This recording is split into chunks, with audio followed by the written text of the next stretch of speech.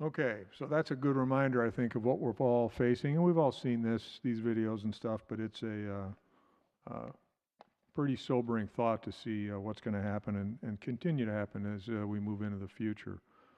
So the town put together, in response to this, a Rockport Harbor Strategic Task Force consisting of 10 different residents. And I want to ask each of them to stand. I'll just read off their names. Myself, Bill Bowe, I'm part of the Rockport Conservation Commission, environmental consultant, retired, and you've seen me around town before. We have Jen Seavey, who represents, does work at the Island Institute in the back of the room there. We have Sam Temple, part of the Rockport Marine, or owner. Josh Garrettson, he's the youngest one in the group, I think, and he represents some filmmaking skills as well. Doug Cole is not here. He's part of the Parks Committee. Bob Colmar, longtime civil engineer, standing up there in the back. Brad Scott's a fisherman, marine contractor, right over here. Nancy Albertson, part of Rockport Boat Club and the Harbor Committee. Davis Lee, I don't know if Davis is here or not.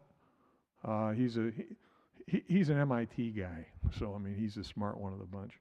And Carrie Keefe, where's Carrie? There she is, part of a school teacher in the fishing community, right? So perfect. So that's your 10 members of the task force. We were first first pulled together in September of last year. Make sure you guys can all hear me. Our first task was to retain some outside consulting support, and they're standing behind me, and they're going to do most of the talking tonight, okay? And they'll introduce themselves. The current phase is public engagement and plan development. So this is phase one of that first current phase, which is we'd like your questions. We would like your feedback. Ultimately, the final deliverable is in July of this year in terms of having sort of a resilience plan to address the issues long term, as well as to put together an estimate of probable cost in terms of what we might be facing to, armor our community or our park. Next slide, Jeff. So the objectives for tonight, we're going to communicate the process, which is we just did. Introduce the Richardson and Associates and WSP team. They'll introduce themselves. They're going to present some baseline information as far as what they've learned about the harbor and the sorts of things that the task force has told them. But certainly the purpose of this particular meeting is to get feedback from you all and then questions as well. So the next steps that they'll talk about are some surveys, some additional analysis, and an additional public session later in May. Sorry, this thing's bunching out. Jeff, I think that's it. Blake Sanborn of Richardson and Associates.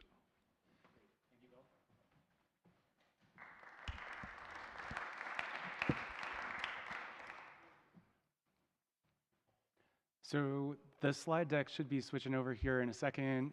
Thank you all for coming out. My name is Blake Sanborn, and I have the pleasure of working with the task force and this community to address resilience in the harbor. And for tonight, we thought we would start off with some team introductions, and our team is a variety of folks who bring different areas of expertise. So without further ado, I might introduce Todd Richardson, who's the founder of Richardson and Associates. Thank you, Blake. And I just want to emphasize the team approach to this project. We have engineers and landscape architects developing a unified solution for the waterfront. So that's an exciting way of approaching the project. As Blake mentioned, I'm principal of Richardson and Associates. We've been practicing landscape architecture in the state of Maine for more than 30 years. I actually think it's about 34. So we're not new to Maine and Maine's communities. We have been involved with public and private landscapes up and down the coast of Maine, and we're very passionate about public spaces because it gives us an opportunity to come out and talk to people like you, learn how we can help make the community better, and engage our interests, skills, and talents to help this be a better place. So we're excited to be here, and as was introduced to begin with, your opinion really matters, and these meetings really matter to our process. So thanks for coming out, and enjoy the presentation.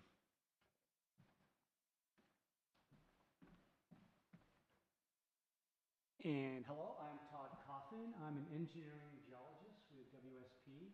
We're located in Portland, Maine, where we have about 150 engineers, scientists, and supporting staff, technicians. Sorry, how's that? Awesome. Yeah. Yeah. And I've been working in Maine for the past 20 years on waterfront and coastal resilience and development matters. And I'm pleased to be part of this team. And most recently have been supporting the city of Belfast with concerns around their breakwater, teamed with Richardson and Associates on the Camden initiative that parallels many of the same themes here. And really pleased to be involved and have you here tonight. So thank you.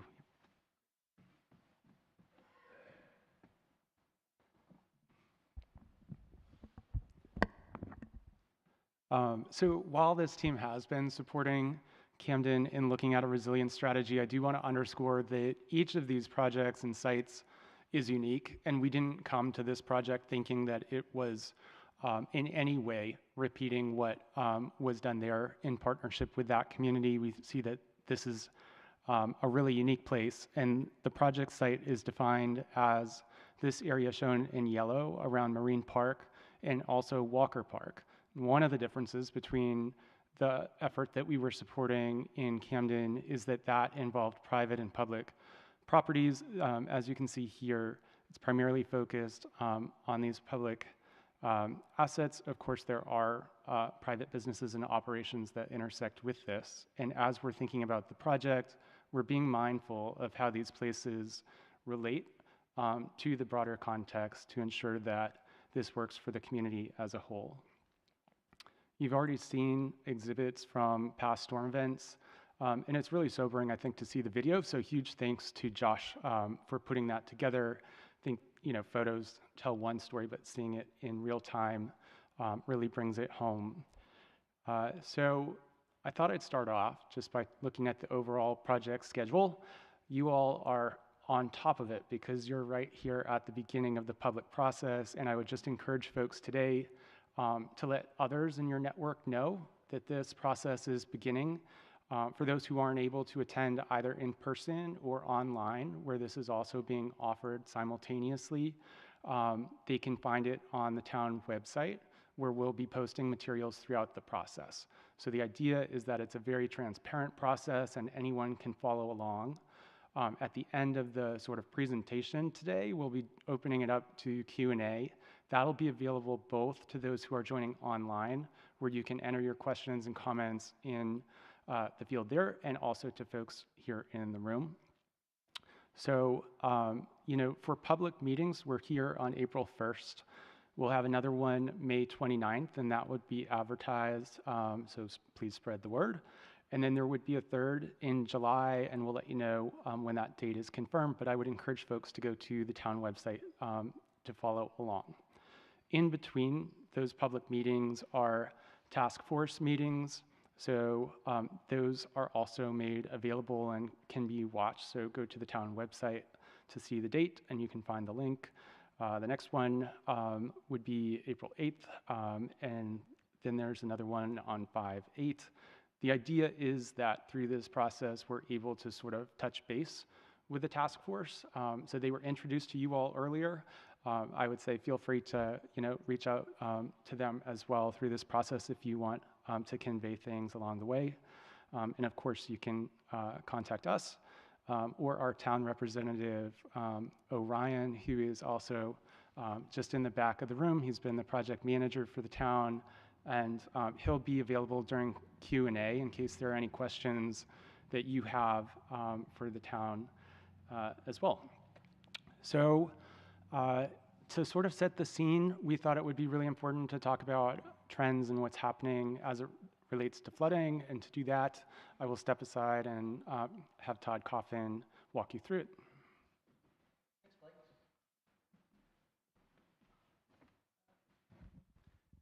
Can you hear me okay still?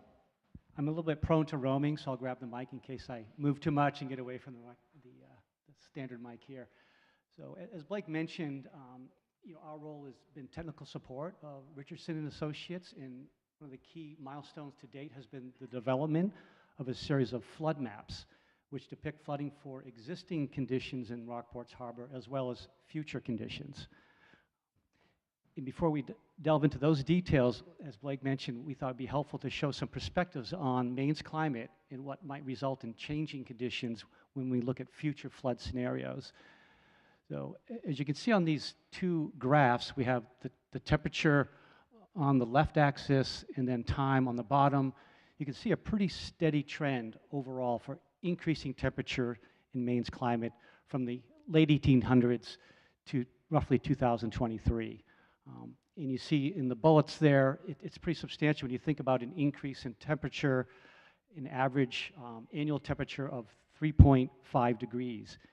And while that may not sound like a lot, if you think about the change in Maine's climate and landscape, with just a shift of temperature from 31 degrees where it might be snowing to 33, 34 where you could have sleet and rain, and any of us that enjoy the outside with cross-country skiing and the Camden Snowball and skating, it's a huge impact to think about a temperature shift of 3.5 degrees.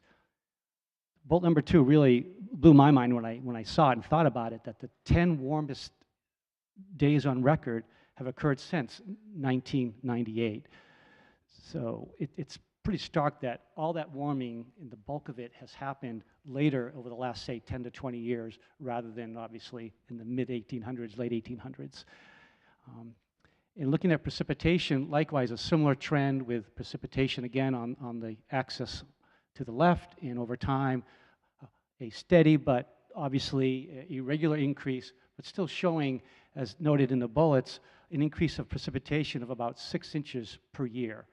And again, 6 inches may not sound like a lot, but when you're in a low-lying floodplain, 6 inches can really extend inundation quite a ways inland in a wetland area or a floodplain. And also we've observed that heavy precipitation has increased. You know, the amounts of rainfall over an inch or 2 inches are happening more frequently. And we're seeing along our county and town roads, culverts washing out, slopes eroding, and really straining resources to help keep up with these heavier rainfall events. In fact, DOT and other guidance is telling us to build our culverts larger, and that's happening. You'll see along Route 1, new culverts going in that are 4 feet, 5 feet in diameter instead of 2 to 3 feet. So a lot of work ahead of us as a society. Thank you, Blake. Regionally, we're seeing an increase in tropical storms in the Atlantic, and those are the storms, much like the January 2024 events, that form offshore. They feed off the warmer waters, and you can see an increase in temperature that matches roughly the increase in the occurrence of these larger tropical storms. And it's the warm water temperature that helps feed and fuel those storms to be more destructive. So on top of storms being more frequent and more powerful, we're faced with a trend for increasing sea level rise. So essentially we've got centimeters on the left axis, and over time from 1995 roughly to 2020, an increase of several inches in that period. And again, it's a relatively short amount of time, and every inch that sea level rises exacerbates flooding over time. And the reason is basically the melting of glaciers, melting of the Arctic ice shield, and combined with the thermal expansion of the ocean waters as the globe and the ocean waters warm up. So 2 very powerful forces causing sea levels to rise over time. The Rockport Conservation Commission has been proactive with community outreach and education. And back in August of last year, they held an outreach event and discussed climate change and sea level rise. And at the end of that slide deck, they summarize and raise some really important questions. What do we save when you think about coastal infrastructure and buildings? What do we abandon? Do we abandon? Do we move? You know, how do we adapt? How do we armor against Mother Nature? Not just static sea level rise, but wave action. So part of our role, Richardson Associates and WSP, is to provide technical input to a planning exercise that deals with the whole harbor holistically, in providing advice and guidance and concepts for how to take those next steps based on good science. We thought we'd spend a little bit of time before we get to the flood map specifically with some flood terminology. And I encourage you, if you're confused about something, just stick your hand up, and I'm happy to pause or slow down. But we look at what's defined as the base flood elevation, the BFE. It's a combination of the still water elevation, which is a bit of a misnomer to me because no flood water is still, right? It's essentially the storm surge that comes in, which is basically the water that's driven by the offshore storm winds that's really literally pushed up and into the shoreline. And on top of the still water are the waves. And you can see from the diagram that the waves would diminish as they approach the shore because they're meeting the friction and resistance of the shallow water underneath. They're hitting buildings, they're hitting structures, and the waves eventually crash and diminish. So next slide. And how many of you are familiar with FEMA flood maps? Have you seen them, studied them on any level? Yeah, that's helpful. So the FEMA flood is based on a base flood elevation of the 100-year flood. That's basically a flood that on average returns or occurs every 100 years. It doesn't mean it occurs once and then 100 years later it occurs again. Every year it has a 1% chance of happening. And on average, it happens every 100 years. So it's a major storm, right? And even though 1% sounds like a very low probability, you think about the life of your mortgage, 30 years, that has a 26% chance of having a time period where that 100-year flood occurs. So 1 in 4 aren't great odds if you have a home and a mortgage, and if that flood event occurred and you're vulnerable, then you really need to think about things like flood insurance, which FEMA flood areas cover, and other factors. So looking at the various zones that show up on the FEMA flood maps, they basically go from VE, which is a higher velocity, extreme flood hazard zone, where wave heights are greater than 3 feet. Inland, as those waves diminish, you move into the AE zone, which is still a coastal high hazard zone, but it just has smaller wave heights. And the waves in that zone are 3 to 1.5 feet. And then LIMWA is a limit of moderate wave action. So once you go inland from zone AE, the waves are even smaller, less than 1.5 feet. And then finally, zone X, where there's really no significant wave action, no significant flooding. And here you see the still water without the waves, and then you add in the waves to get the base flood elevation, and as the waves move into shore, they dissipate. Eventually, flooding ends. And we'll see in a moment that Rockport has almost exclusively VE along your shoreline in one area where there's AE. So let's take a peek, Blake. Okay, thank you. So we focused here because of the scale and the length of the harbor, so you could see the detail at the northern end. And that's where we have the town-owned property, the Rockport Marine Park. We have the Harbor Master's office and grounds. We have the Rockport Boat Club here at the end of the prominence, and the landing off Main Street where the fishing vessels can park and obtain fuel, and of course the Goose River coming in. And one thing that's interesting, and I'll note that the zone VE elevation is printed on these maps, which is 14 feet, roughly above sea level. Yet at the Harbor Master's office, you see elevation 12. And it seems like it's almost as exposed as the boat club, but what we think is happening is that the winds that are creating the most flooding in the harbor move in from the southwest, and they kind of roll along the shoreline, whereas here, that's the end point, and that's where the wave and the storm surge is hitting at the end of the harbor. Here's the only zone AE that is mapped by FEMA, which is up the river, and it's, again, likely a combination of storm surge and slightly smaller wave action as you'd expect, because it's a little more protected being up the river. Yeah. So on top of the existing flood information, one of our objectives was to look at scenarios of flooding for different sea level rise scenarios into the future. And the Maine Climate Council has provided guidance for what communities should be committed to managing. And their guidance is based on plotting of basically sea level rise information through from 1912 through 2024, and you see that the mid-level of that projection results in a projected sea level rise of 1.5 feet by the year 2050. And what's interesting is there's a lot of, as you can see, irregularity in the pattern. And it looked almost like the trend was changing to 0.7 until the most recent data set.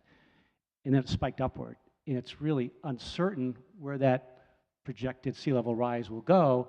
And that's why there's a pretty substantial band of 0.7 to 3 feet out to 2050, because we just don't know. And additional data will be collected. And from the state's climate office perspective, they recommend a 1.5 foot adjustment in sea level rise by 2050. And Blake, the next slide. No. And other scientists have projected sea level rise out to 2100, and that projection is 3.9 feet. And you'll see in some of the reference materials they rounded up to 4, just out of convenience. So the guidance is here in highlighted, 1.5 feet by 2050 and 3.9 by 2100. And for our purposes, we added a shorter term value of 0.8 feet in our flood mapping, just to give the community a shorter range goal that's 5 years out that you can think about in your planning. Yep. So when we looked at the existing flood data and added the sea level rise scenarios, we developed a map that shows, again, the entire harbor, but this view is just the northern end, where we have in the yellow line the 0.8 feet by 2030, the orange, which is maybe difficult to see in the back, and we'll zoom in a moment, it's the 1.5 feet by 2050, and the red line furthest out is the 3.9 feet by 2100. Next slide, Blake, and we'll zoom in a bit. Oh, I clicked it. Oh, thank you. There's more zoom. Yeah, way ahead of me, right? So you can see, particularly along the Rockport Marine Park, where there's just a little bit of a inland movement of the floodwater, probably 100, 150 feet, and similar inland movement as you'd expect. And one thing that's interesting about Rockport, and actually relatively positive, is you've got very steep topography along the sides of the harbor. So when you move from the marine park up the drive, you're really moving up a pretty steep hill. It's that topography that confines the floodwater, right? It doesn't let it inundate much further inland. But one thing that is happening is the floodwaters can get very deep. So even though it may not move far inland, there's a substantial depth to the water in each of those future flood scenarios. I want to reference a couple other non-flood markers that are important in future flood planning.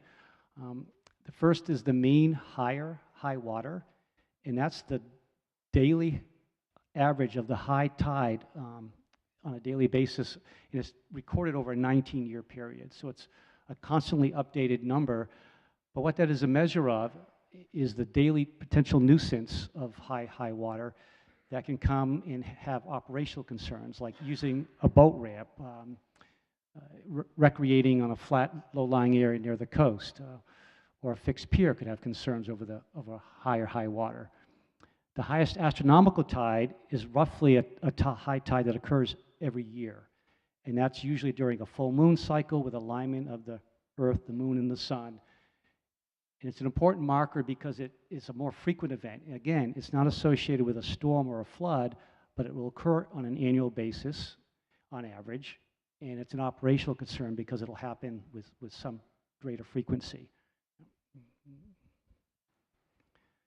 And one of the tools that we put together based on the flood data are these profile graphs. And we've prepared these graphs for a number of locations along the harbor, like the Rockport Park marine seawall. And we know that the elevation of the seawall is roughly 6 feet. It does inundate and vary from, say, 6 to 7 feet in different areas of the park. But we have plotted in profile view in blue the mean high water for present day, short term, midterm, and long. And you can see the years associated with each of those scenarios. We've also plotted the highest annual tide in red, and then the storm conditions. Again, this is the 100-year storm, a major storm event, present day, short term, midterm, and long term.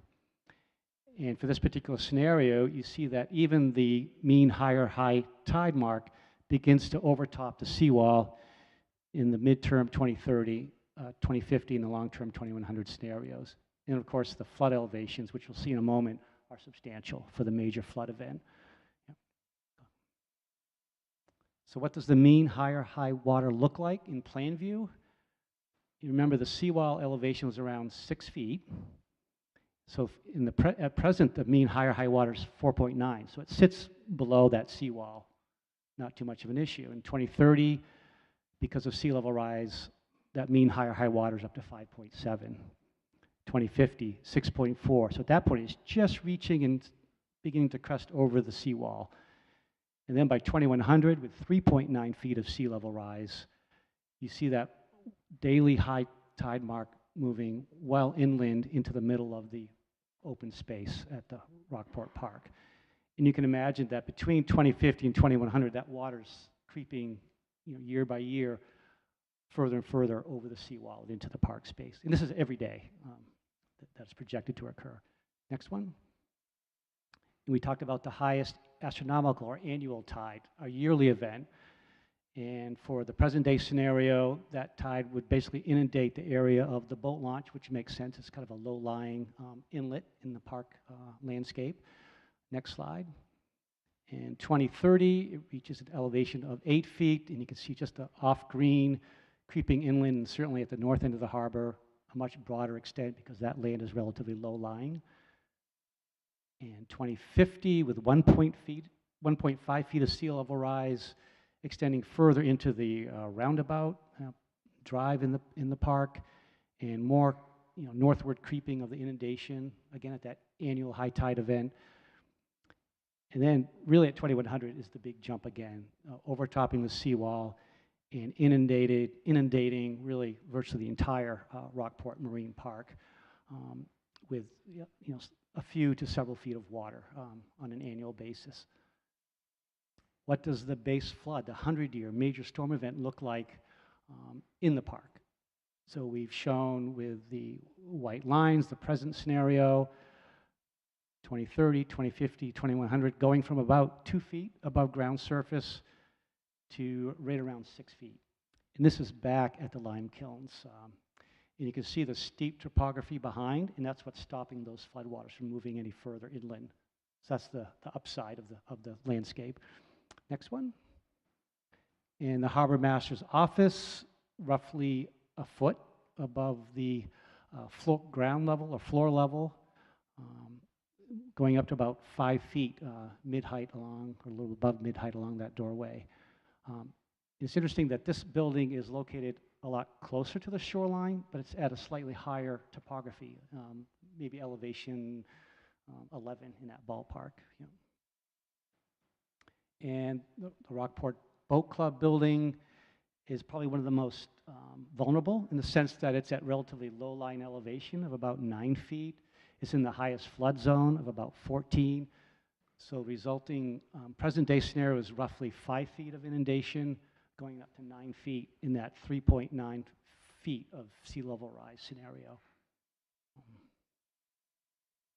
And we won't get into the details of each of these, but we also developed similar graphics for the Fisherman's or Working Wharf at the landing off Main Street, the Boat Club building. Here's your 9-foot ground elevation, and 7, 8 feet of inundation potential. The harbor master's office, and then finally we want to put a little bit of a focus on Walker Park because it is further south, and you can't really show it on the map with all the rest of the harbor because it just gets so small based on the scale.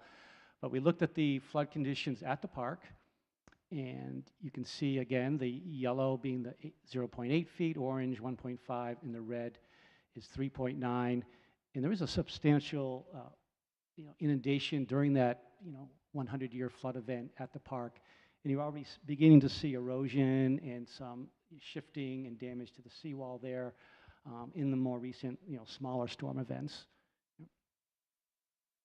And here's the profile view showing the highest annual tide really getting to that seawall level at the park. And that's the risk in potential high inundation during a major storm event.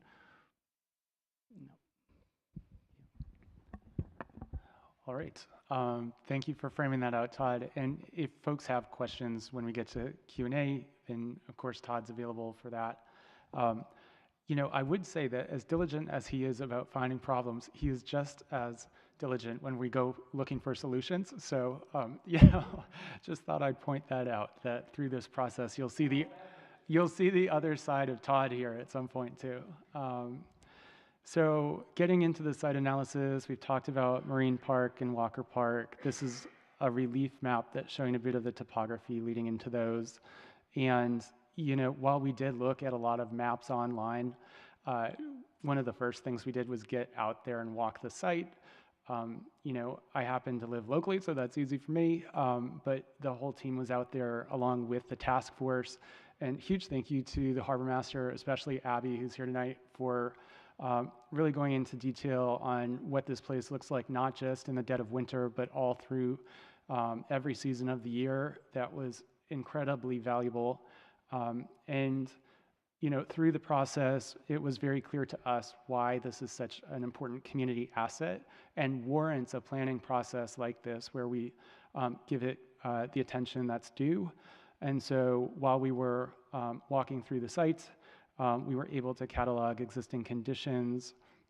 It was also brought to our attention that there are a number of community groups who intersect at this place. So that includes the Harbor Committee, Parks and Beautification Committee, the Conservation Commission, and of course, the Harbor Resilience Task Force.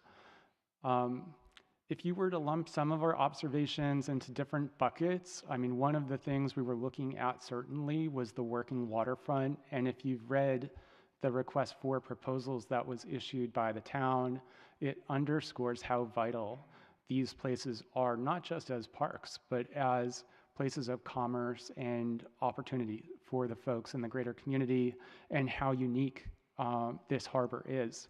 And so, we'll get into that as we move through, but I did want to highlight that was certainly something we were paying close attention to through the process. At the same time, there's ecological value in these spots, and we were observing that. There's historical assets like the kilns and other things, and we're lucky to be in a community that has a focus on that as well. And of course, there's uses and activities. And so while we were able to observe a number of things, I also gave the harbor master homework, and Abby was kind enough to get back to us with a markup of Marine Park. And this, while I won't go into every single detail, is documenting operations as we understand them today through these different seasons. So everything from the length of dockage and what sorts of crafts are using that currently, to where in the winter floats are stored, to where seasonal events might take place, and that sort of thing. And that's important to understand, because if we're talking about resilience and flooding, it's really important to know what's being impacted. And this is an opportunity not just to think about the seawall and think about, walling the community off from the water. This is an opportunity to explore a plan that enables this place to move into the future in a way that functions for all of those who need this place to work for them. So that includes special events. So big thank you to Peter Ralston, who was kind enough to share this winter photo of fireworks. Hopefully most of you have been out there. Looks like a pretty incredible time. And so when we're thinking about what the future plan might hold for this spot, it's important not just to think about the day-to-day operations, but those special events. So, the Donut Festival, this is an example of how things are arranged for a festival like that. And, it would be awesome to see Rockport continue with these types of things, and maybe this place can be arranged in a way that facilitates, these to move into the future, but also, are there some things that are missing? Are there things that could be improved? This is an opportunity to talk about that and bring those forward. For some of those events, there's also satellite parking and things like that. So there's already creative ideas as to how folks can address transportation challenges for sites like this that have limited access in the immediate area. We also looked at existing studies to make sure that we weren't duplicating efforts already done by others. And so there were surveys done by Gartley and Dorsey that are invaluable. There is the Rockport Ecological Vulnerability Assessment that was issued recently. There's also the Transportation Infrastructure Study that was looking at opportunities for improved access. There was a preliminary road design that was considered, and various other things, just to sort of understand what's been looked at today. So, as part of this next step in the process, we'll start to look at potential alternatives, and we'll bring those back to you all in the next community session. Right now, we don't have any sort of solution that's already predetermined. It's something that will evolve through this process. And so here are an example of shoreline adaptation strategies that are looking at things on the shore. So there are built solutions like bulkheads and revetments. There are things that are called living shorelines that use nature-based adaptation techniques. There are beaches and dunes, there's levees and dikes, that sort of thing. Those are just, an array of examples at the shore. There's also things that can be done for those buildings that we were looking at that are currently threatened. So that might include what's called dry flood proofing. It essentially means making adjustments at the face of the building to prevent water from, threatening that building. There's flood proofing that can be done. You could elevate the building using land. You could elevate the building using piles. You could have some outboard measure that's protecting the structure. There could be floating structures. So there are things to do with the architecture. There are solutions that are what are called in-water solutions. And so those are outboard of the shore itself. And those might come in the form of constructed wetlands or breakwaters or artificial reefs or floating islands. There's a really wide toolkit. So those were just little diagrams of what some of those things look like. I thought I would share some examples of projects where communities like yours have moved from a place where there was a threat to a place where they were looking at a solution and implementing that. So this is a harbor that I designed that was built in 2012. So it's probably the first project I worked on that was addressing climate change and sea level rise at that time. And it was for the Port of Los Angeles. And where you see water in a harbor in this location, when I first went to the site, that was actually an area where there was a strong desire to have a working waterfront, and they didn't have that in place. So all of this was newly constructed. So there are floats and gangways and boardwalks. So obviously you all are well ahead of them. But what they did recognize is that with sea levels rising, that there could be a threat to infrastructure that laid beyond. And so there's a train track that runs behind this park and beyond that critical infrastructure. And so in this scenario, we had included a granite, basically seat wall that rings the harbor. And so when they have events, they actually float a stage out in the harbor, and people come around and convene as a community in this spot, which is close to their downtown. And that provides additional seating and things like that. But when you do have a storm event, this area is designed to allow water to overtop that section of the boardwalk, and the granite seawalls are protecting assets inboard of that. So you don't have to be 20 feet up. You can still get to the boats.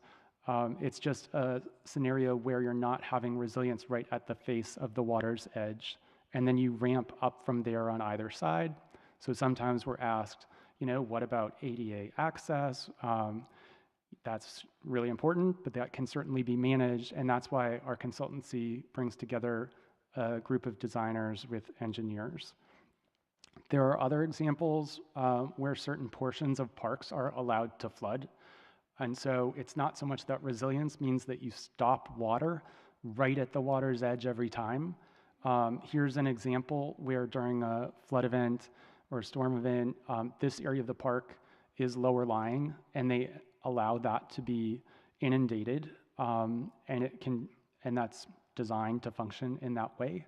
And then some of the more critical facilities or things that you would want out of the flood zone are on an elevation that's higher. So Todd had indicated that one of the things we have going for us here is topographic change.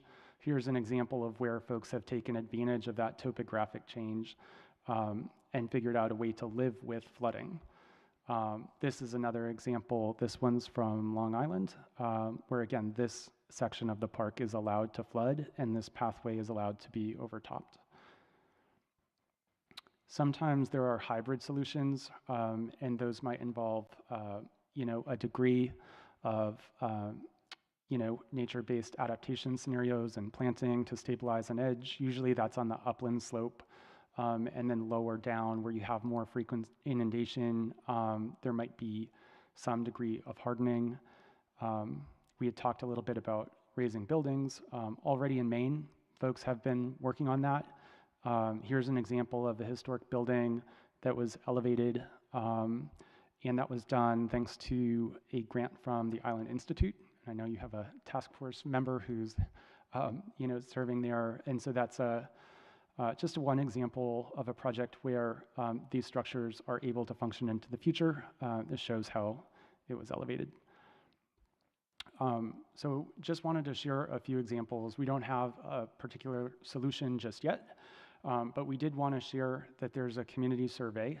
And for those of you who are familiar with the QR code and have a phone, you're welcome to point it at the QR code, and that will get you access. We also have hard copies of the survey here and pens if people would like them.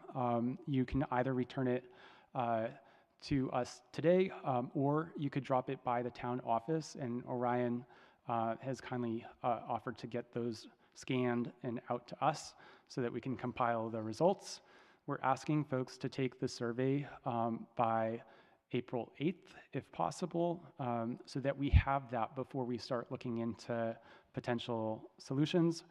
And we will open it up to Q&A, but if folks want to be working on the survey, you're welcome to do so. I would say, that the survey is meant to get input from you. So if you're a member of a committee or something like that, we understand you're not speaking for the whole committee, that you're really representing your personal point of view. And again, if folks have other friends or contacts in the community, I'd encourage you to spread the word. Our hope is really to get the most input from the widest breadth of people to help inform next steps. So with that, we'll open it up to Q&A. So we have a microphone that's in the middle of the room. The benefit is if you speak into that, then the folks who are online are able to hear you as well. So if you don't mind going to the mic, if you have a question, that would be greatly appreciated. And also for those of you who are online, your questions will be put into the chat, and we'll try to field them from our end. So thank you so much. Just open it up to questions. Yeah.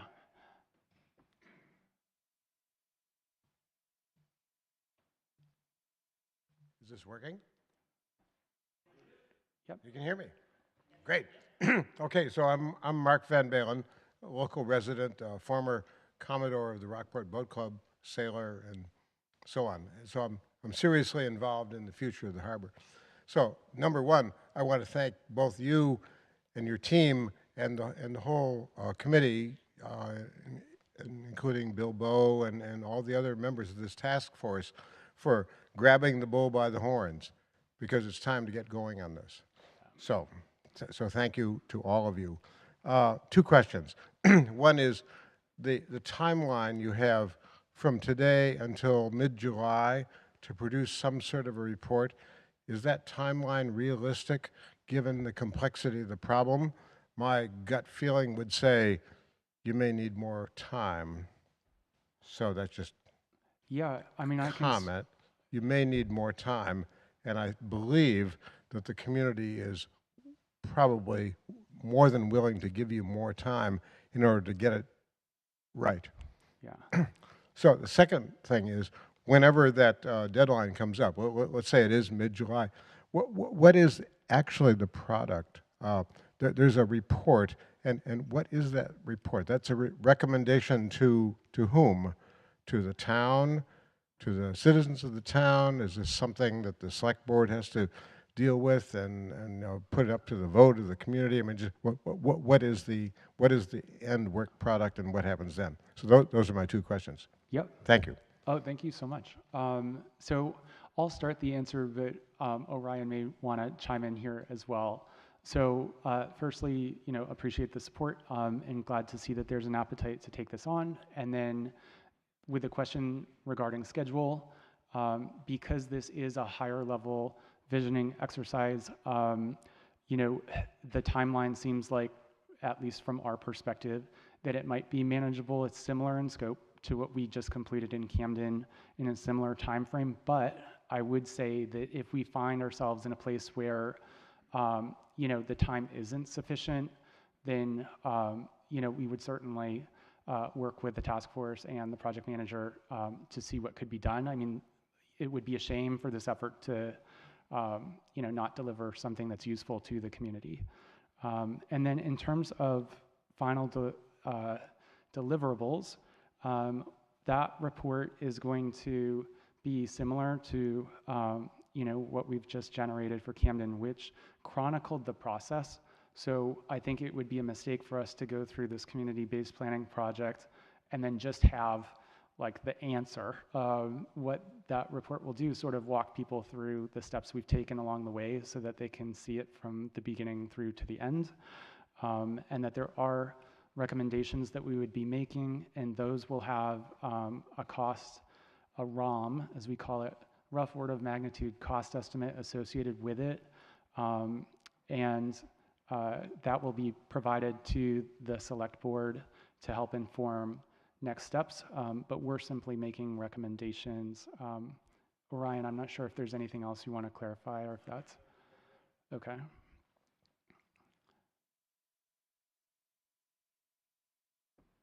Other questions, comments?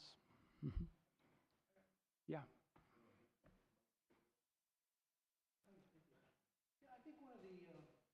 Can you hear me? Okay.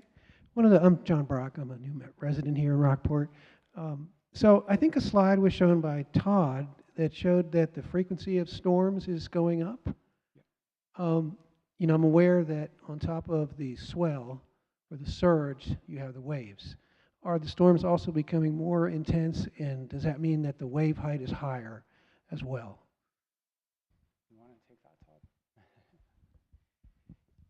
Yeah, the smaller local storms are becoming more intense. You remember the bullet around the frequency of the greater than 2-inch storms are occurring more frequently. And those are the washout storms, the culverts, the slope erosion. The FEMA 100-year flood is the base flood, and what makes that more damaging over time really is the sea level rise increase. Not that the storms are becoming necessarily more powerful, it's just that it's flowing water on top of an already higher sea level from the three scenarios, the 2030, 2050, then the 3.9 feet by 2100. Oh, you're welcome.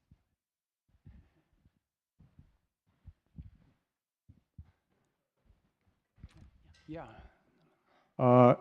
One of the things that we have the opportunity to do with this is to, I don't want to say reimagine, but imagine the future of the harbor as a whole. As a task force, we're fairly well represented between, working waterfront and the parks folks and, recreational boat users. I mean, there's a whole raft, okay, of no pun intended, I suppose, of opportunities for us. And we kind of collectively decided or thought, what we've got right now is actually pretty good. Let's sort of figure out how we can save it, preserve it, and armor it for the future. But this is an opportunity for input from the community on what do you want the harbor to look like? What's the kind of thing? I mean, nobody wants a Ferris wheel down there, right? Okay, we'll probably get through that. But what else do we like about the harbor? Do we want to preserve about the harbor? I mean, this is our opportunity to bake that into this plan. So any thoughts that you all have now about what you like, what you don't like, what you'd like to see emphasized, we're wide open to that as well, so you can mix that into your comments.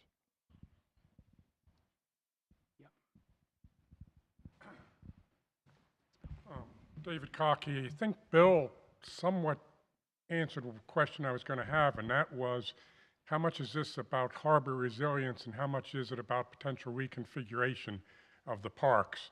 And I think what Bill said, it probably would be incumbent upon the committee, the task force, and the town to make it very clear that some reconfiguration in a more detailed manner than the high level that we heard with the previous response is potentially to be considered, because if we got to the stage where there's a report that comes out and says, oh, and by the way, let's reconfigure the marine park, and the citizens haven't really had the understanding that that was being considered, would not be a good thing. So if there is going to go forward with potential reconfiguration of the park space, let's get that out very clearly. And with that, for instance, I have some concerns about questions about continued with the boat ramp and so forth. I'll leave those off. My other question was, it seems like there's two different situations being considered. One is just the general raise in the water level, fairly calm conditions, et cetera. You know, we saw one set of figures for those. And then we also saw the 100-year storm. There's another scenario which is not every time, but it can happen more frequently, and that's a combination of a relatively high tide, maybe not the highest astronomical tide of the year, but one of those higher tides with some wind, low pressure areas coming that produces some flooding. Not the 100-year flooding, but enough flooding to be of a real nuisance to the residents and cause problems. And that sort of thing, you know, potentially can start occurring maybe even a couple times a year on a regular basis. So I think that situation should also be thought, not just solutions for the, you know, the nominal one and the 100-year situation. Thank you.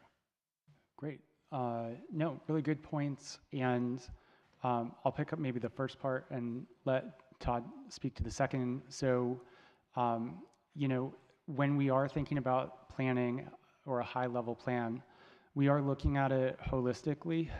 And so, you know, locations of programs and arrangement and adjacencies and access and circulation, all of those would be considered, because when you're looking at resilience, you are designing something in space. And so we're trying to look at the space as a whole to ensure that it would function. And that's why we're paying close attention to all of those data points, whether it's topography or you know, uses of these places. So if folks are making comments in the comment form, you know, I would say think about how this place operates for you today, and give some thought to how you would like to see any enhancements or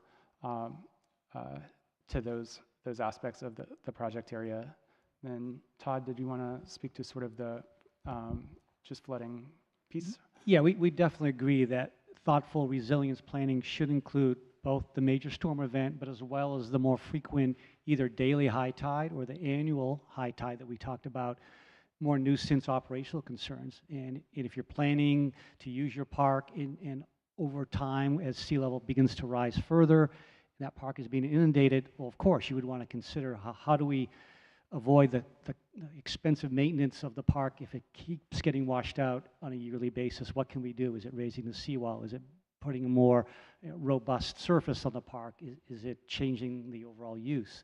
So we agree. Both the nuisance events, non-storm related, or combination of annual high tide with a minor storm event could actually result in a fair amount of damage as well. So, it has.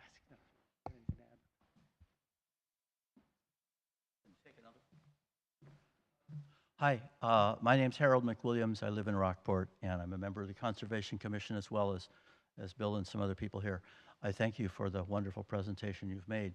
And what Bill said is certainly true, that we want to protect what we have. It's pretty nice and pretty good. But some of the slides that you showed piqued my interest about what might be possible in terms of expanded concept of what the harbor could be.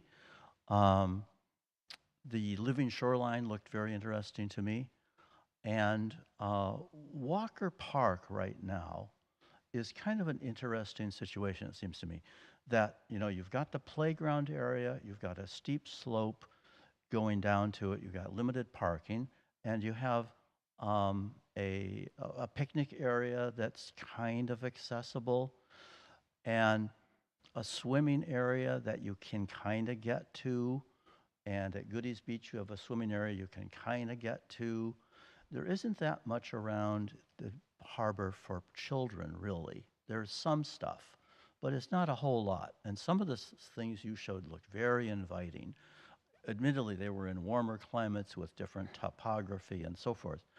But could you develop also some plans, more of dreamlike plans of what it maybe could be more maximally than just preserving what we have? We don't want to lose what we have, but are there opportunities for making it more of a community space than it is now? It gets a fair amount of use as it is, and we don't want to lose any of that. But can there be thoughts? After all, 2100, if we're planning for that, that's 75 years away. We don't usually plan for 75 years, but that's a long time. Maybe we could put a bit more money into it and make it, or phase it, so we could put some money in now to protect it, a plan of another 25 years later, put some more money into it to develop it. So just to encourage you to think a little more broadly, perhaps, than just fixing it. Right. Yeah. No, I think that point taken. And, you know, last summer I had an opportunity when my nephew was visiting to be at Walker Park, and, you know, we were playing ball there. Believe it or not, I tried, which was disastrous, as you might imagine. And then we went down and saw the tide pools. And, you know, since I grew up in Maine, I was like, just wait for a minute. And sure enough, you know, the crowd starts moving, and it was like a light bulb went off, because he lives in a very urban environment and had no idea what was about to happen. So having access to something like that, I think, is so unique and special to these spaces. You know, I think we should look at a range of options. What happens if it looks pretty much like it does today? You know, and then what happens if there's a further reaching option, and what are the pros and cons to that, and then let folks weigh in on what, you know, feels right, or a combination of things. So we might look at a spectrum and test the outer boundaries to find what feels right. I mean, to your point, it can be phased, and we've been asked to think about phasing. And, you know, any project I've worked on, you know, that's thinking of a timeline like this is phased incrementally as resources and appetite for those projects evolves. So the hope is that we look at it in such a way. Yep.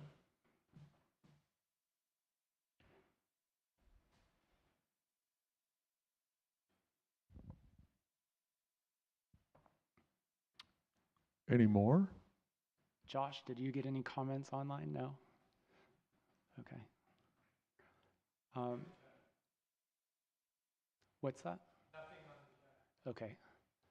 Well, people probably are hungry.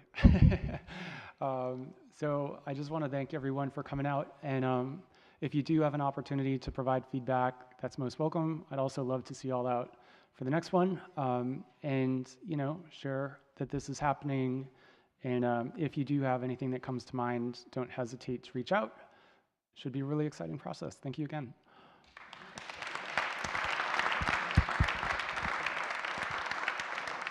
And we'll be hanging out for just a little bit, cleaning up, tidying up. If you want to come up and have a one-on-one for chat, that's great too. So I invite you to say hello.